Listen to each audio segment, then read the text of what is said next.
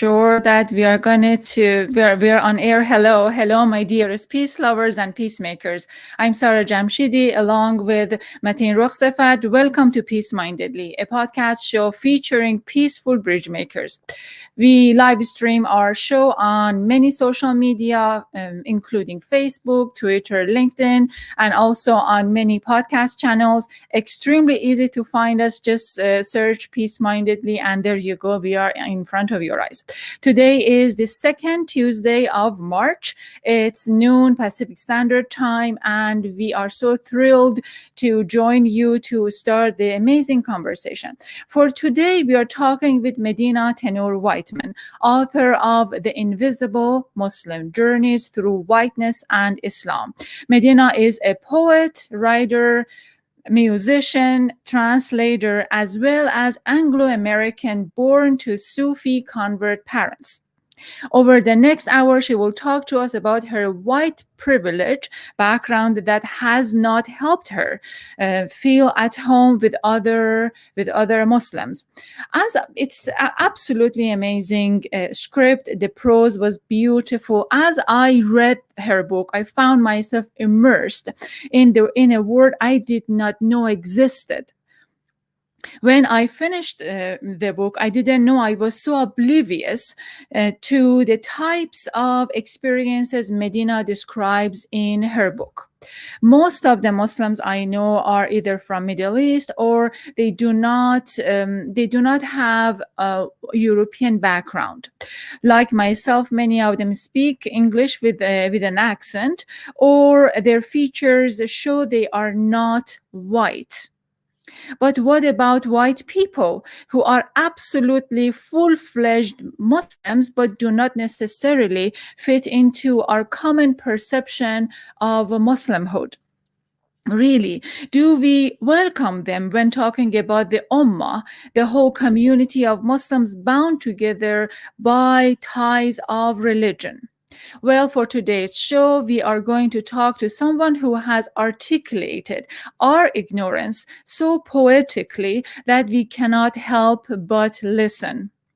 Medina Tenour Whiteman has already published a collection of poetry called Love is a Traveler and We Are Its Path, as well as a travel guidebook that is Homa's Travel Guide to Islamic Spain. I am bringing Medina to our screen. Hello, Medina. Welcome to Hi Peace there. Mindedly. Thank you very much for having me. Absolutely. It's a pleasure. In her most recent book, The Invisible Muslim Journeys Through Whiteness and Islam, she talks about her experience of praying with Muslims in Tibet and Ladakh, summering in a Turkish fishing village, spending Nowruz in Iran while contemplating women's eyebrows, searching for intimacy in Sarajevo, digging into her Spanish roots in Andalusia, and finding love in La Cuna. Medina, so welcome to Peace Mindedly. It's a pleasure to have you. It's a pleasure to be here. Excellent. So for starter, I would like to see. I'm just gonna jump into the heart of the question you are raising. What it feels to be a white Muslim. What it feels.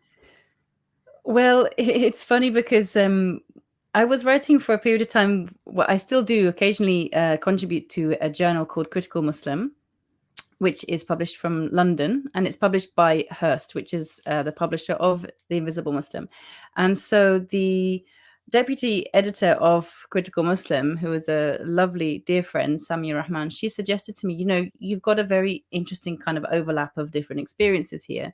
And I love the way you write. Why don't you pitch a book about your experiences as a white Muslim? And initially I just cringed very, very badly. I mean, it was such a cringe. It went on for I think it must have been about 5 years, because occasionally she'd sort of nudge me and she'd say, what about that book? Why don't you go ahead and write it? Because I think it would be really interesting. And part of me would say, well, yeah, there's there are some interesting questions there that could definitely turn into a book, but how would I even start? And I just felt this horrible blockage because I thought, I don't want to draw any attention to my whiteness at all. If anything, I felt that being Muslim would be potentially be a kind of a an exit strategy from whiteness, you know.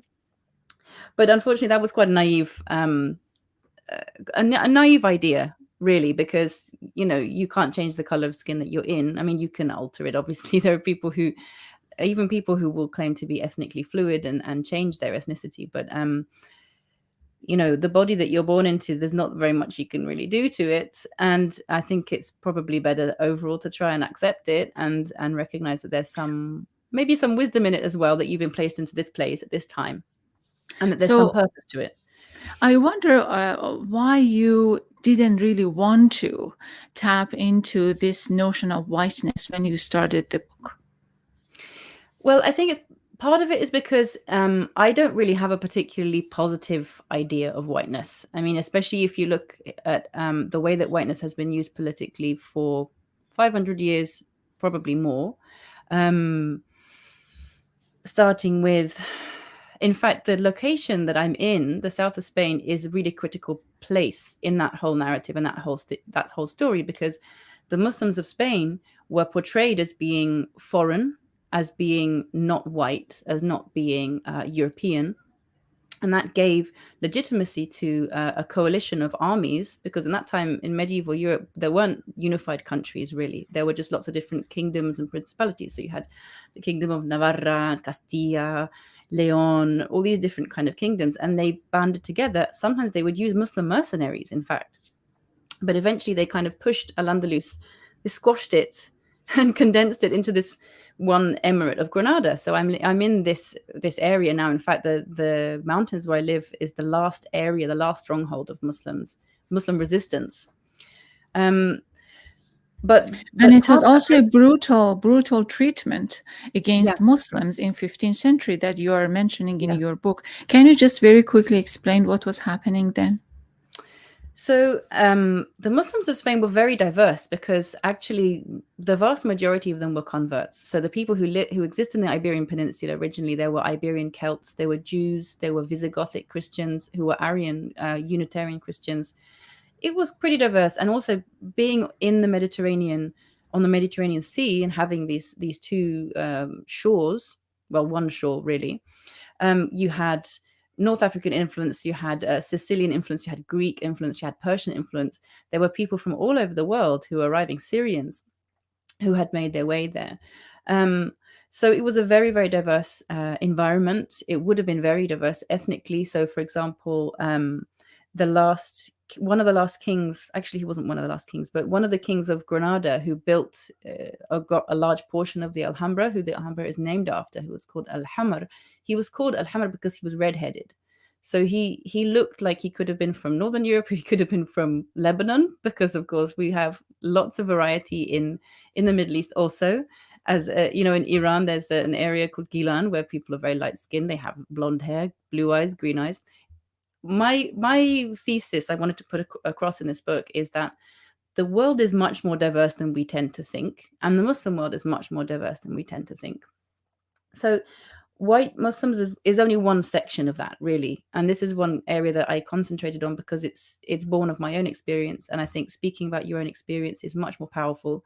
It's more intriguing. It gives more interest because you have vignettes, you have actual stories that you can speak from personal experience. Talking about personal experience. So in this book, we are in many countries, and we are seeing many rituals, lots of experiences. So how many countries do you cover in this book? In this book, so I was actually I didn't make it into Tibet, sadly. I would have loved to have gone to Tibet, but I was in Ladakh, which is part of India, although culturally it's thought of as, it's a former part of the Tibetan Empire. So it's culturally much closer to Tibetan than anything else. So India, Spain, the UK, Bosnia, Iran, and Tanzania and Kenya, which I sort of treated as one. This was actually quite a complicated chapter to talk about because I spent a longish period of time there. I was there for about 6 weeks to begin with in Kenya. And wait, I can't even remember how. I was a certain number of weeks in Mombasa, in Lamu, and then I was in Zanzibar, which is part of Tanzania. But the Swahili coast has a lot of commonalities. particularly the islands. There's always been a lot of movement among them. I mean, technically, there are different countries now, Kenya and Tanzania, but I treated it as sort of one experience because I had to cram so much into one period. Oh, and Turkey as well. I knew I was forgetting something. I Yes, also yes, talked about Turkey. Turkey. Yeah. So it sounds horribly. It sounds like I'm boasting about my travels, but really, this is about sort of 20 years of experiences, all sort of boiled down to all of the gems. So lots of boring things happen to me in between. Exactly. I'm not boring, but I was thinking, okay, so the book itself took 5 years to write, and then my next question or related question was how many years are you covering within this experience? And it seems that about 20 years of More. contemplation, traveling, and all of those, or Yeah, I more. think even more because I think I start at the beginning with my birth and how it was.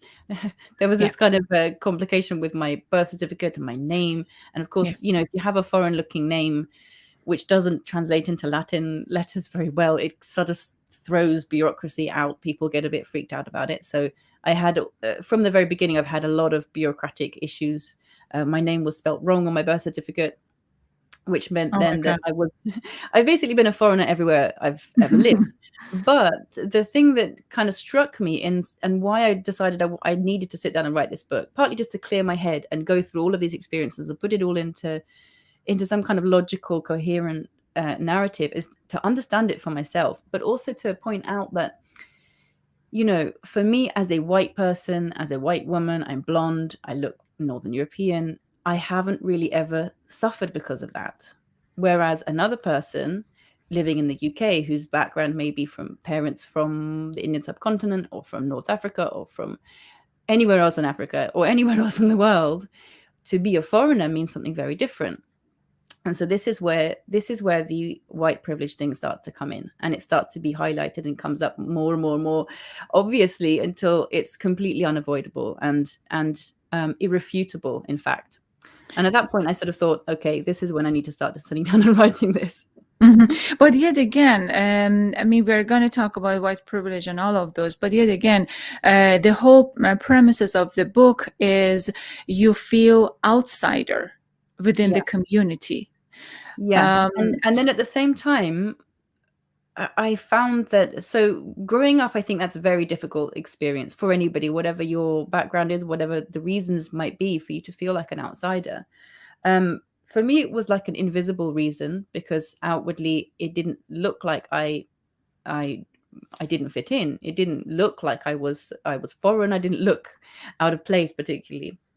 I didn't dress in a particular. I would occasionally be like, oh yeah, I'm going to try and wear a head wrap and assert my identity, but then people would be so weirded out by it, and I felt so overwhelmed by the burden of their judgments, really, that I, especially as a young person, I couldn't really handle it. And being alone, I think, really, really affected my whole process there. If you have a sense of community, if you have 5 other people who are like you, if you have 10 other people who are like you in your vicinity, in your environment, it really changes things. But if you really feel like you are the only one that is going through your personal experience in your whole school, for example, in your hometown, in your whole town, it makes you feel very, very isolated because you just don't have anyone to talk to. And having elders as well, seeing people who are older than you who have gone through those experiences is really valuable, because then you can see what they've gone through and how they've come to terms with whatever their weirdness is. I use the word weirdness in a fond way. Then it's a huge help. But because of the way that my parents had converted at a time when there was a number of people who also converted around that period, but it was relatively new. Like it wasn't. It was kind of, there have been people converting to Islam for hundreds of years in the West and in Europe and in the US, but there was kind of a wave, around about 1970, early 1970s. Definitely, it's not the case now. But before we go to a new subject, I wanted to see. how your children, I know that you are three kids, how your children are dealing with, do they have the same issue as you did back when you were growing up? Are they curious about Islam or Muslims, or they just don't care and say, hey, just I think they're quite ambivalent about it. I mean, my older two are a bit more kind of like, yeah, we're part-time Muslims when we're at mum's house kind of thing. part-time Muslim. I mean, they're also still kids, so Yeah. wait and see. Who knows? Inshallah, something will stick. I just like it to be a kind of a. I'd like it to be something that actually helps them in their lives. You know, like here is something that you can look to that might actually bring you peace. That might bring you Mhm. some kind of calm through anxiety, or through, you know, some kind of hope when you feel down. You know, that's what I wanted to be for them, rather than being like, this is your seal, this is the stamp that I'm putting on you, and you're never gonna change, kind of thing. How the religion has really worked on you, how being Muslim or prayers or poems or anything has had or has had bring peace to you. Oh my gosh, so that's a very big question. So, well, Or has see, it? oh, absolutely, absolutely. I mean, that's the reason why it's something that I haven't wanted to abandon. I've wanted to kind of integrate it as much into my life as possible, without isolating myself from everything else as well. Because I felt that talking about bridging, I've always felt like I am kind of physically a bridge between these two sort of worlds, that I don't want to abandon either one of them, because I value both, you know. So here's my kind of Islamic family, you know, my ummah, and I feel connected to them. And even though I don't necessarily have a, you know, like a sort of Islamic homeland to kind of look to, for example, or a home culture to associate with, at the same time, there are so many people who are very, very generous and generous spirited, people who are very, very welcoming, and who you don't need to share a culture with them. You have a culture because you have Islam. You know, you can pray side by side with them. You can sing salawat. You can sing, you know, durud. You can have these experiences together. You can fast Ramadan together. You can just chill and talk, or you can do zikr. And you have this very beautiful bond. It's a real kind of sisterhood or brotherhood. But then, you know, I don't want to cut ties with non-Muslims either, because I feel like there are people who maybe have curiosity, maybe they are interested, or maybe they actually have an aversion. But if you present a friendly face, maybe those are the people who would, you know, maybe get over their aversion through that kind of experience. So I kind of feel like it's really important to maintain those ties and those connections. So where this aversion coming from? I remember I was reading the book and you were talking about, if I, yeah, I mean, I'm just speaking out of my mind or what I remembered, but basically we need to understand that many of the glory that we take for granted has been built on non-white, like slavery and non-white labor. So I wonder, what is this aversion, and how would you see it? Well, there's some very interesting theories around that, actually. In fact, Dr. Frances Cress Welsing has a brilliant theory about white supremacy and how anti-blackness, particularly, but in a way, it sort of extends into all kinds of racism, where it comes from. And she believes that it's like a very deep psychological fear of annihilation, which is interesting because, you know, thanatophobia is the fear of death, is thought to be the root of all fear. And so she says that because whiteness genetically is recessive, and it's something that eventually will kind of could disappear, theoretically, this is the sort of the great replacement theory that a lot of white supremacists have. There's this actual kind of a visceral terror being lost, or of sort of disappearing from the earth, or of your culture or your heritage, because it's not just about whiteness in terms of your body. It's not just about that. In fact, that's a very small part of whiteness, is the physical side of it. And actually, it's so small, it's almost negligible, because there are people who could classify themselves as non-white but actually look very pale skinned. You know, there are people who are from Turkey, for example, who say I'm white. but maybe a British white person might say, you're not white.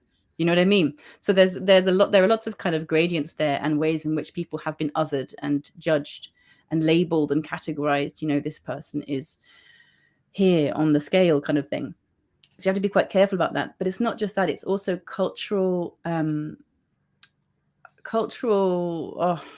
chauvinism. That's the word. Mm-hmm. Cultural chauvinism. So this idea that white European culture is elevated.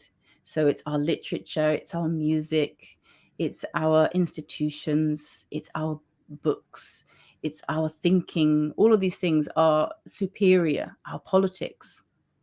So white supremacy is actually very kind of many tentacled. It has all these different sort of facets to it. And I think there is a kind of it's irrational. It's completely subconscious for most people. That it's not coming up into their conscious mind, because if they were to bring it in the conscious mind, you could have a conversation about it. You could critique it. You could discuss it and maybe overcome that fear. But there's this kind of subconscious fear that we have created something so glorious and brilliant, and it's going to be lost. So it's going to be lost. I mean, almost all of the civilizations I know has rise and falls. Like we had Persian Empire, and oh my God, the Persians were God, and now they're, just struggling for just struggling day and night. Or it was Ottoman Empire, and now it's down. It was the Islamic glory time, now it's down. So it's the white supremacy up, and then it's going to down, and who knows what's going to go up for the next ideas and set of ideas. But I would like to go back to Iran, since we are talking about the Persian Empire. I know that you were just kept talking about writing about eyebrows and female eyebrows. I want to know what was the case. What was the motivation? You're right. Iranians are just so obsessed about eyebrows. But it was funny when you write a book, when you try and kind of bring together lots of experiences and thoughts and ideas and history and research and personal kind of reflections, you have to kind of hang it on a particular theme or a scene. I like writing fiction as well, and scripts and things like this, and like setting a scene, creating a vignette is a very good kind of container for, then you can pause it. It's like being in a movie, you can hit pause, and then you can have a little discussion and kind of go back into history, or you can talk about etymology, you can sort of talk about all kinds of other things, and then go back into the scene again, or go into a different scene. So for me, the one scene that really stood out in my mind from being in Iran was going to the beauty salon of my sister-in-law. And mashallah, she's such a wonderful person. I hope she watches this. And it was the first time I'd ever had my eyebrows done, and because of course, if I have these little puny piddly little blonde eyebrows, there's nothing to do, right? There's hardly anything there. So it was kind of a terrifying experience, partly because I was there on my own, so my husband wasn't in this is a female space, right? So women, they take the hijab off, they take the manteau off. And it was a very beautiful space. It was wonderful. The isfand, they put the isfand into the incense, into the little burn, and put it in the gas fire and burn the incense, to take away the cheshm, the evil eye.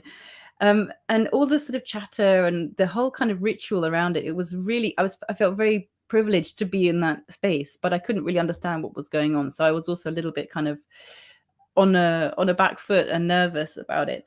And then you get put in this sort of beauty salon chair. It's almost like the dentist chair or something, like there's something painful is going to happen to you. It's going to be a little bit torturous. And then so she threaded my eyebrows. I was like, wow, I'm amazed she found something to thread. And and this as well, again, hadn't ever done that before, or since.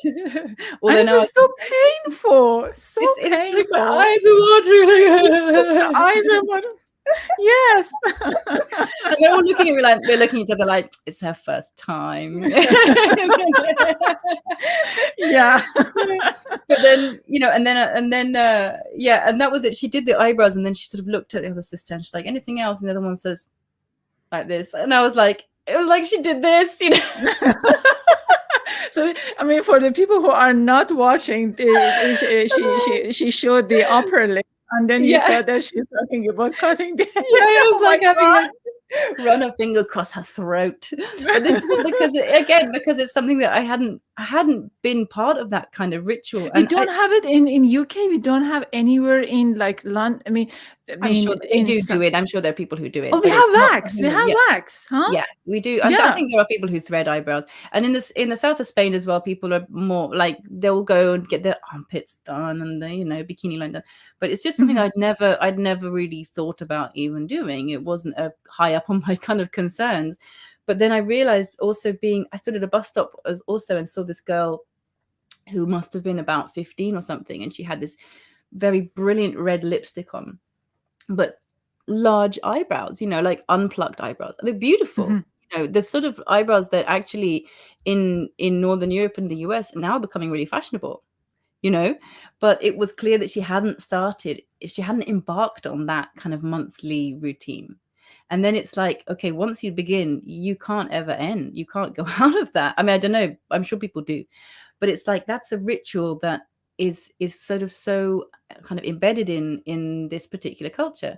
And like also going to the swimming pool. I went to the swimming pool with one of my husband's families. I think she's a neighbor or I don't know, extended family.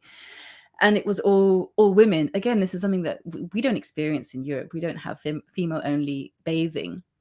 Mhm. And going into the hot tub, all of most of the women actually were sitting around the side of the hot tub, and there was one woman kind of floating in the middle. Like she was actually singing. It was very beautiful.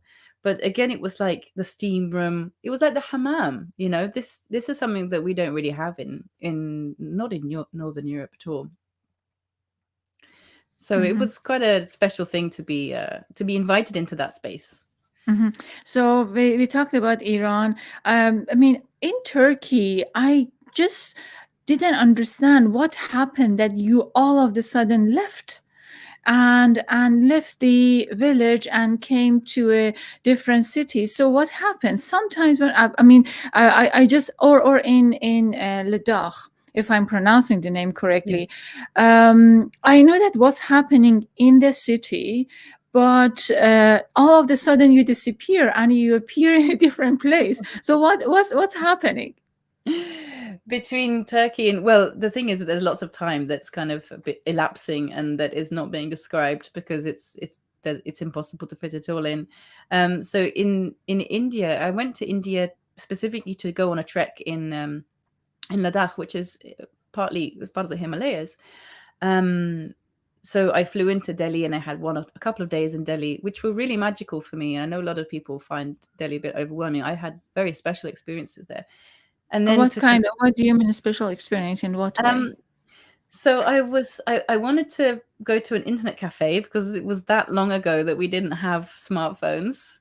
So I had to find an internet cafe to send an email to my family to say yes, I've arrived, and I got somebody to take me on a kind of a rickshaw. He gave me on a little tour actually to get me to this internet cafe, and then I noticed a couple of domes of what I assume must have been a mosque. They looked like a mosque and they were striped with black and white, which was quite unusual.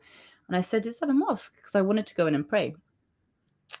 And he said, "Yeah, I guess so." But I couldn't see any door. So I sort of walked around and I found this little sort of back path with like a cow tethered. And it was like it was going onto people's backyards. I was going through people's backyards. And I got into this mosque, there was only a woman there sewing with a hand sewing machine. It was so tranquil and so beautiful. This large, overgrown, I don't think it was a jasmine, but it was some kind of fragrant flower bush with some like lovebirds in it. I mean, it was so beautiful and all these little dried flowers all over the mat. So I went in and prayed, and obviously this woman was kind of looking at me like, okay, is she a tourist? What is she doing in here? And it must have been a bit surprised, but she was so lovely. She invited me to her house, so we ate, and it turned out she didn't really speak English, but her daughter did. So we talked lots and lots. It was very, very sweet, and those are the kind of experiences that I was privy to, and I had the privilege of having because I was Muslim. So by going to a mosque and making this connection with somebody, and not even necessarily having the same language, like verbally, you have a cultural language, you have a religious language that you share. And so immediately we forged a bond, Mhm. which was beautiful. I wonder what really Islam has that you feel you invest so much in it And I for invest so you. much in. Well, I think for me, Islam is all about God, and you can add other things to it, but that's mostly peripheral, right? And so it's almost like a fractal. You keep going into it, and it keeps kind of expanding, and you go into it more, and it keeps expanding, and you go into it more, and it keeps expanding. So it never gets boring, But it's I guess this is where mysticism will come into it, and where it overlaps with lots of other kinds of religions and spiritualities and forms of mysticism. Because once you go into that space, it's like how Buddhists talk about emptiness, because you're taking away things, you're taking away concepts, you're taking away, objects, and you're going into kind of a different dimension, really. So for me, this is Sufism is very much angled in that direction, but it comes out of Islam. Like the simplest thing in Islam is just the shahada, just bearing witness to divine unity, and that alone. I mean, you can spend a whole lifetime just pondering that, you know. Mhm. Yes. When we come back, I'm going to ask about Sufism and about other questions, but please stay put. You are watching To Peace Mindedly, a podcast show featuring peaceful bridge makers. We find these peaceful bridge makers, and they are some of the best in the world. We find them and we feature them in our show. We are live streaming across most social media, including Facebook, LinkedIn, YouTube, and Twitter. And do check us out on podcast channels. If you miss any show, please go to goldtune.com, a peace journalism website that I manage with a group of talented editors and correspondents to bring peace journalism.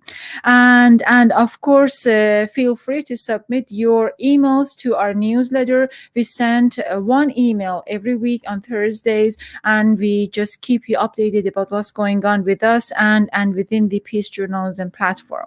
Next Tuesday, we are talking to Ron Burke, the filmmaker behind Terror and Hope, the Science of Resilience, and Rana Dajani, a researcher who has used cutting-edge technology to prove that we can find happiness in the bleakest places, like Syrian children refugee camps. We air our show every Tuesday, and this is by now. I'm hoping that you know that it's every Tuesday at noon. So for the following Tuesday, we are talking to Olga Mecking, author of Nixon, Embracing the Dutch Art of Doing Nothing, who will tell us why we should relax more often and not really take ourselves or things around us too seriously, especially during the pandemic. The final Tuesday of March, we are talking to Suzanne Kobel, foreign correspondent for German periodical Der Spiegel. She's the author of Behind the Kingdom's Veil, Inside the New Saudi Arabia under Crown Prince Mohammed bin Salman. This episode is definitely a show that you do not want to miss, because we are going to talk about women in Saudi Arabia, as well as the murder of Saudi journalist Jamal Khashoggi. Back to this hour, we are talking to Medina Tenour Whiteman, poet, writer, musician, and author of The Invisible Muslim, Journeys Through Whiteness and Islam. So, Medina, I would like, we were talking, I mean, I love Sufism. I studied Sufism since I was 16 years old. And we are talking about mysticism. So, here's my question. I mean, oftentimes Islam feels so rigid, and so instructional. Mhm. And with Sufism, I can just feel some form of softness, some form of Mhm. kindness and love Mhm. within this the fabric of the religion. And I would like to know what Sufism really has or offers that gives me this sense of understanding. Mm. Well, I see where you're coming from. I can't say I'm any kind of authority on Sufism at all. But from from my personal experience, what I feel is that it represents the feminine quality of Islam. And so there's the law is the masculine quality, not to say male and female, because men and women, of course, can have all of these qualities, but that one is structural, whereas one is free flowing. It's like the skeleton versus the blood of the body, and you kind of need both to some extent or another, because if you don't have any kind of structure at all, then you can be vulnerable. And unfortunately, Sufis have been very vulnerable. They've been under attack by Wahhabis and Salafis in many parts of the world, not just doctrinally under attack, but physically under attack. And mausoleums and mosques have been attacked, and people have been attacked, and it's an ongoing problem, actually. But for me, it's sort of, I mean, you can speak to different people, and everyone will give you a different idea of what Sufism is. It's kind of the quizzical aspect of it is that it doesn't really lend itself to being kind of pinned down into a 5-word description. People have described it in lots of different ways. For example, one of them is ihsan. So there's a narration in which the Prophet Muhammad SAW had a visitation from the angel Gabriel, and they sat opposite him, and their knees were touching. They were kneeling, and their knees were touching, and he gave him these instructions about Islam, Iman, Islam, and ihsan. I probably got that in the wrong direction, in the wrong order, but Islam is surrender or submission, from the same root as salam. So it's a peaceful act. It's not an act of being forced to surrender against your will. And then iman is faith. Again, it's related to amana, means having it's like protection. So it's to do with protection as well. And then ihsan is excellence, but it's related to hasana, which is goodness and beauty as well. So this is one of the lovely things about Arabic, is that words have many facets to them. Many languages have this quality, of course, but in Arabic in particular, hasana, husn, is goodness, and it can also mean it's related to beauty. So ihsan is excellence, but it's really about goodness and beauty. And so people will often point to Sufism, or tasawwuf is the Arabic name for it, as being related to that aspect. So there's submission can be a very practical thing, just surrendering to having a particular order to your day, to having the 5 prayers, for example. And then iman is what's going on inside of your heart. Are you actually doing it with intention, with presence? And then, but ihsan is something a little bit beyond that. And so I think the fact that it's so difficult to define is kind of part of it, really. Mhm. Yes, I understand. So I would like to go back to the book. The book itself is written really beautiful. I had a I had a bliss reading the book. 2 questions. I wonder whether or not you're a musician and you know music really well. I wonder whether or not music and your sense of knowing music really helped you when you were writing the words or editing your writings. That's an interesting question. I hadn't thought of that, but I'm sure it probably does, because being a singer, I've noticed that it attunes me to language. So I'm able to pick up languages fairly quickly, particularly accents. I can tune into accents very easily, relatively easily, and pick up melodies quickly as well, because of it's just like a musician's ear. So that's one element of it. But also there's a kind of musicality to certain kinds of writing. And it's funny, I hadn't even thought of that, but Yeah, I'm sure it has had some kind of impact on it. I Hmm. mean, it's almost like an album of songs because each chapter has its own sort of flavor. Hmm. It's like it has its So, own music to it, I suppose. mhm. Yes, absolutely. And the book is cohesive, so it doesn't jump from one tone to the other. But yes, it does have its own. I mean, each chapter has its own sort of set of experiences. Here is my question. The book is written beautifully. The prose is very beautiful. And sometimes, at least in my experience, I'm just going to throw out the idea and see how you feel or think about the question. So, in a books that I'm reading many books and I'm interviewing many writers. So, for a book to just capture my attention as a reader, my attention has to have probably two or three qualities. One of the main quality is whether events are happening and events are interesting and keeps me moving. And turning the page. The other is like your book. The text is rich, and it's the prose is beautiful, and just keeps me turning the page and moving along the pages. But as I was reading the book, I just had this sense that you are trying to protect people. You're trying to protect people's feelings. You're trying to not to upset people, and the compensation for that is to have a beautiful prose. So you have a beautiful prose, but you are not talking about anything drastic. So then to Mm. protect people, this was how I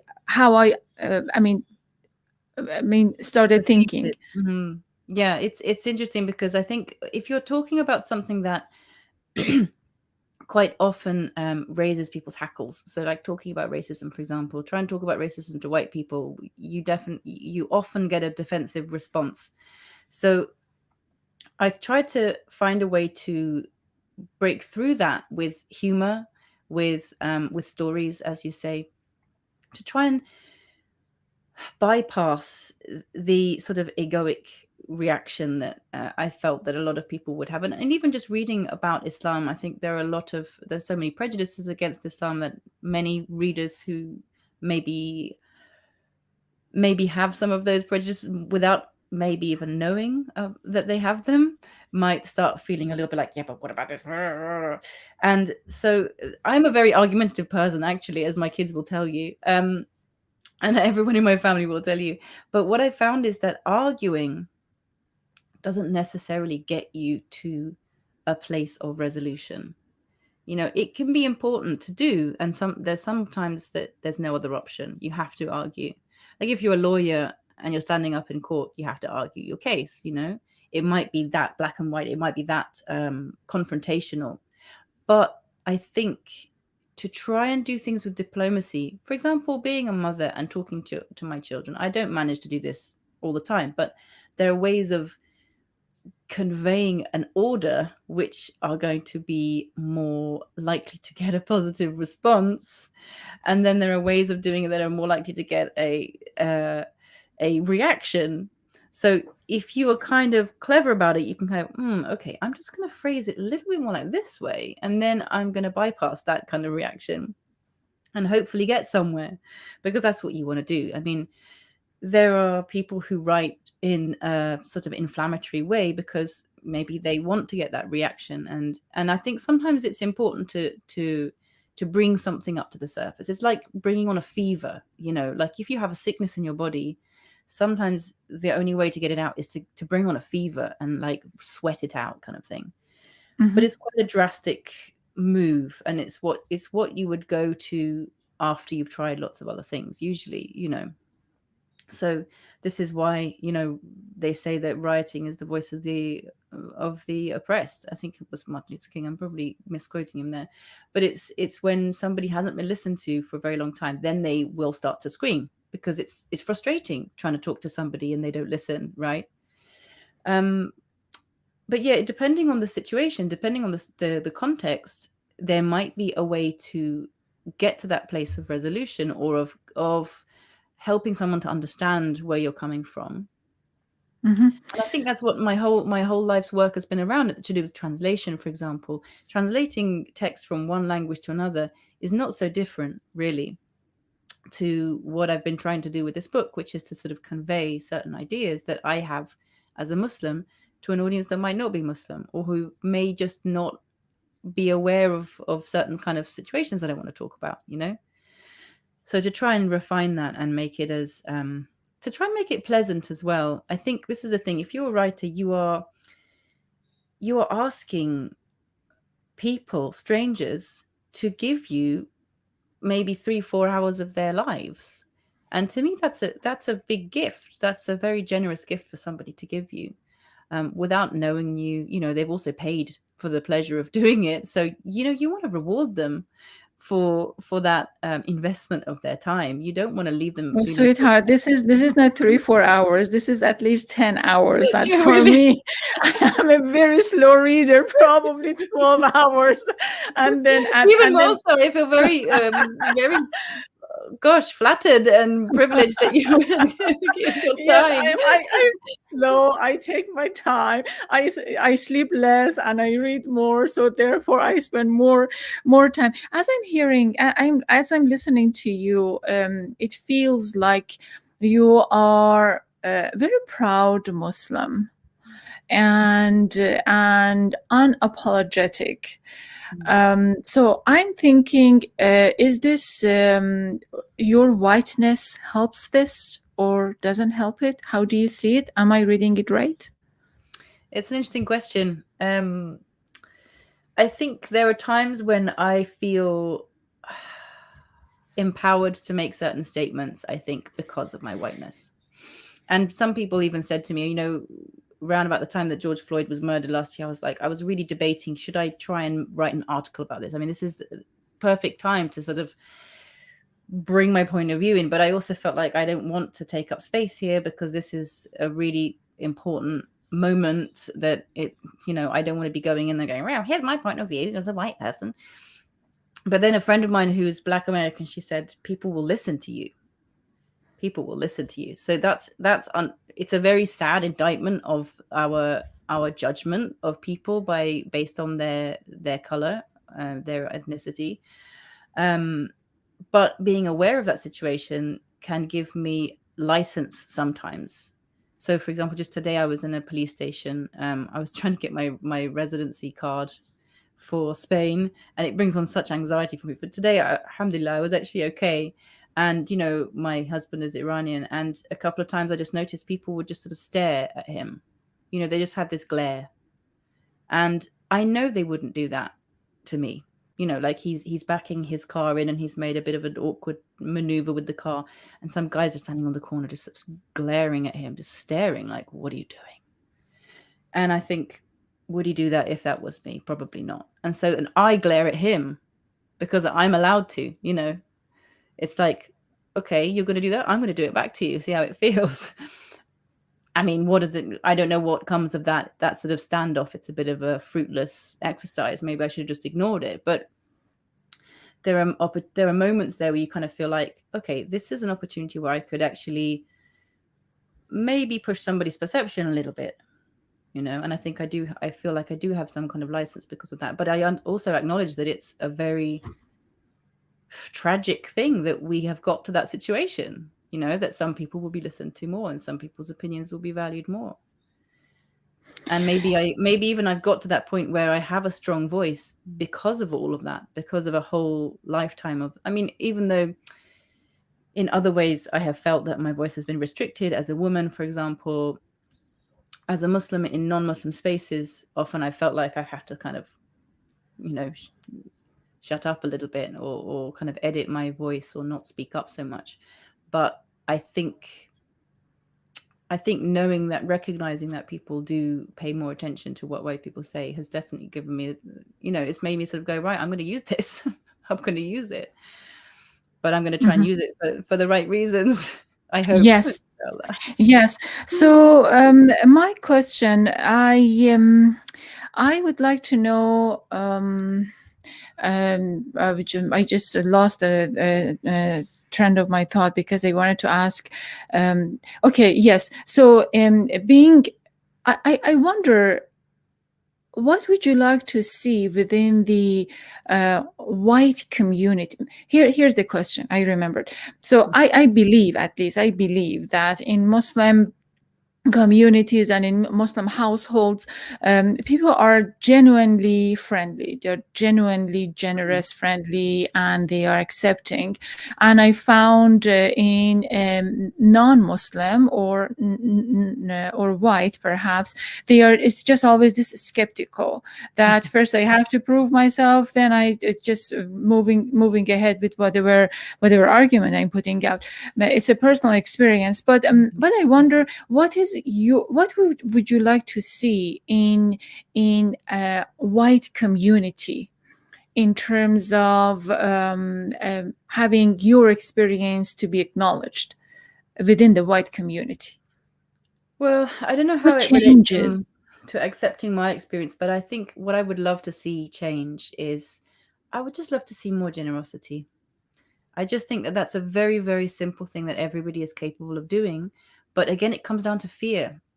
And I think what Muslims have been trained in is give so that your left hand doesn't know what your right hand's doing, right? Give and don't worry about it going, because it'll come back in another form, or it'll come back in the akhirah, it'll come back in the next world, or it wasn't meant for you, you know. And I think that's a really healthy way of approaching wealth.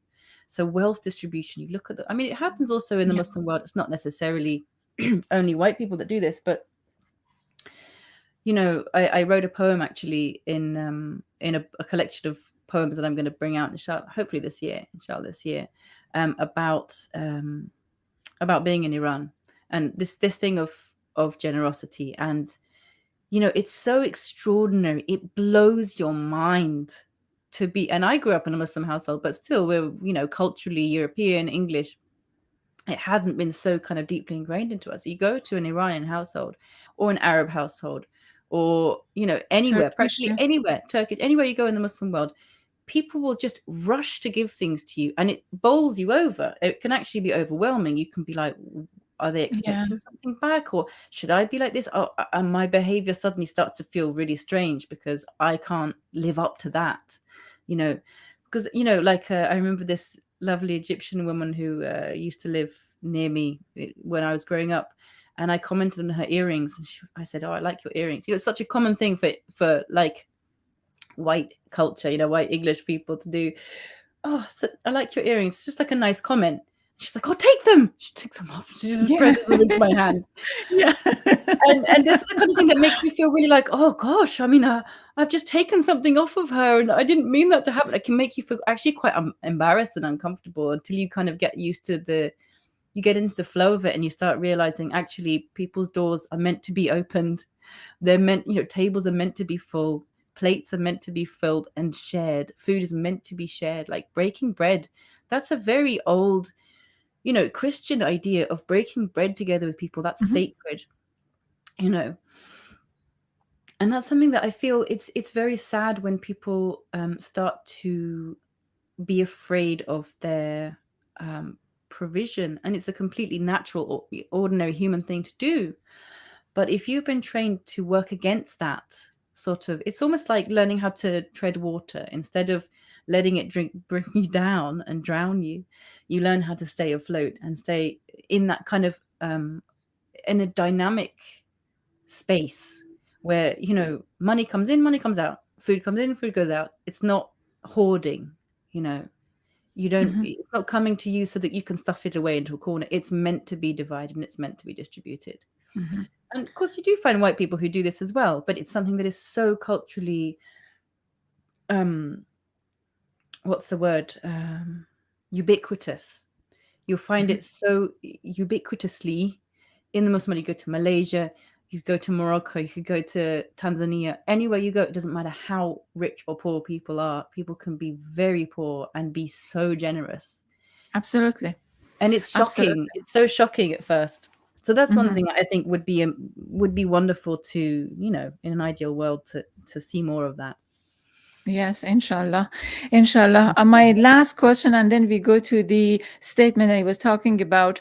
My editor, Matin, told me that, I mean, we read the book and we know that it's very descriptive.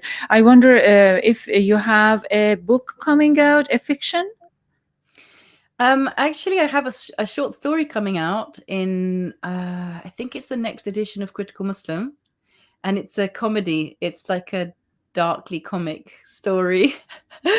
I do have a few books kind of rumbling away. I've had several novels on the back burner for years, but I don't think I'm going to finish them anytime soon. I am thinking of putting together some of my a collection of short stories, because again, going back 20 years, I should think. Some of the ones that I feel most proud of, and kind of dust them off a little bit and put them together into a collection, because I think that's something that I'd like to see a lot more, or I'd like to be part of, an effort to improve the standard of work that's being produced by Muslims. Which is not to say that it's not good quality, but I think we can always raise it. It's this ihsan thing, like do it really well, and like better yourself each time, kind of thing, and like a kind of healthy competition, not like crowning the first prize kind of thing, but to sort of help to encourage people to keep improving upon their work, and because I think there's something very beautiful in that sort of artistic process of refining and sort of looking at something a little bit more critically, and maybe I could do that better, and improving it makes it stronger. It doesn't necessarily make it better, because everyone's idea of what is good fiction or good poetry is ultimately it's subjective, right? And it goes through fashions, it goes through fads. This editor is going to have this idea, and another editor is going to have a different idea. But what's strong writing is very powerful. And strong writing, the thing with fiction, with poetry, almost even more so, is that it takes you into a different state of consciousness. You access a kind of dream, like a waking dream kind of state, where you can be aware of things, and you can understand things in ways that your sort of everyday rational mind can't really cope with. And that's in writing it as much as in reading it. So there's something very beautiful about that. And it's kind of a shame that it hasn't been more supported and encouraged among in particularly present time, present day Muslim culture. Islamic art is thought of as being visual arts, geometry, calligraphy, Islami, arabesque, and all of those are very beautiful and very important forms of traditional art. Those are canons, and it's important to preserve them. But it's a shame that the verbal arts haven't been sort of as considered. Considering that poetry is the original Islamic art, it's the only Islamic art that actually existed in the lifetime of the Prophet Muhammad. We do have many Muslim scholars, writers, all of those, but at least happened to me, as I have been in this space of knowing writers and knowing publishing houses and knowing scholars and all of those, they are not perhaps openly Muslim. So they are not saying that, oh, I am Muslim and I've written this. They are not owning it as a Muslim. They're owning it as a scholar, as an expert, as some subtext, rather than, attaching any religious connotations. I always wanted to mention this, that we read lots of books, Martin and I. So some of the books, for me at least, is like Hollywood books. It's just so shallow, going through is quick, a few hours, we are done, and too much sex, too much violence, blah blah, and we of course do not feature them in the show. And some of the books are just scholarly. It's just beautifully dry. written, but it's just so difficult to go through and to just turn the page. I know. And some of the books are, has analogy, has deep meanings, and has proudly reached their Muslimhood, and also there's their more subconscious, more deeper layers and meanings. And I think Invisible Muslim is one of them. No wonder it's gaining momentum. So Thank please you. stay put with me. Absolutely. So you are watching to Peace Mindedly. We feature peaceful bridge makers. This hour we talked to Medina Tenour Whiteman, author of The Invisible Muslim: Journeys Through Whiteness and Islam. I do have the book with me. My sister keeps telling me, you need to show the book. There you go. This is the book.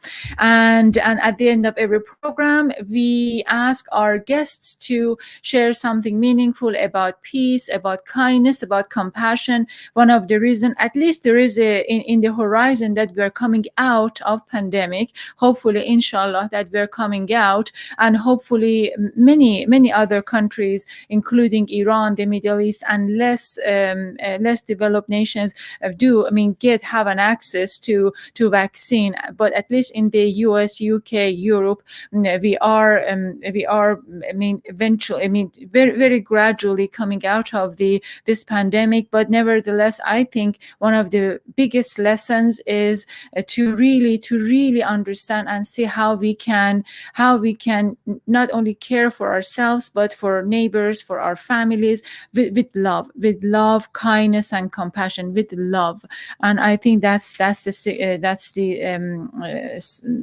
ingredients, in my opinion, ingredients for whatever we do. We must include love and kindness. At the end of every program, we ask our guests to share a statement, a prayer, a childhood story, anything that they would like us to know and learn and listen, related to peace and to kindness and compassion. And I'm sure that our authors are absolutely well prepared. Okay, Medina, go ahead. Well, I wanted to actually share a poem by Rumi. And this is something that I shared on one of the social media channels that I make content for. It's called Sufi Festivals. But I shared it in June last year. It's kind of on the topic of how to overcome racial injustice and hatred. So this is how he puts it. Purify yourself of hatred and vanity. Polish your mirror, and that sublime beauty from the regions of mystery will flame out in your heart, as it did for the saints and the prophets. Then with your heart on fire with that splendor, the secret of the beloved will no longer be hidden. Beautiful. Thank you very much. I'm bringing Mateen to our screen. It was the fabulous conversation. Thank you, and have a blessed day. Khuda Hafiz. You It really was. Thanks so much. Khadafis.